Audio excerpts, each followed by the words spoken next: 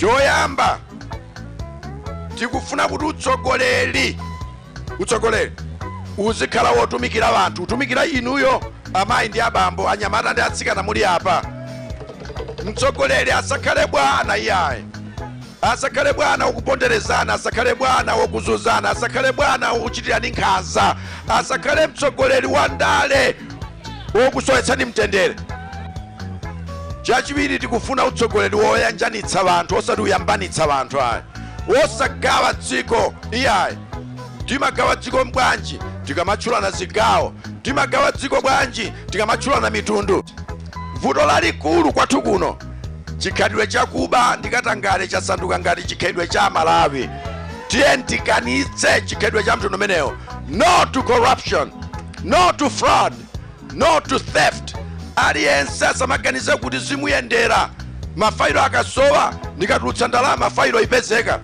Chimenecho nchikhalidwe chachabe. Tonse tikanitse zimenezi chifukwa tikhala achuma chathu.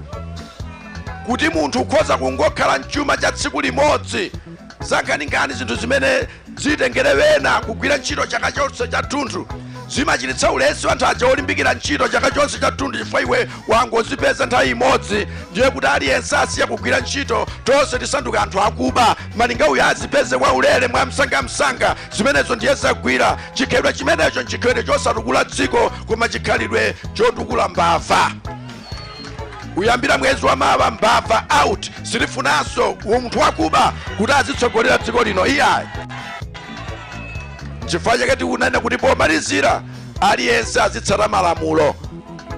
Aliyense atsate malamulo, asagwire ntchito kwa munthu mmodzi ayi, malamulo asagwire ntchito kwa gulu limodzi ayi, malamulo asagwire ntchito kwa zipani zina pamene chipani china chimakhala ngati iwowo siziwakhudza za malamulo aku Malawi. Sitifuna mkhalidwe wa mtundu umenewa.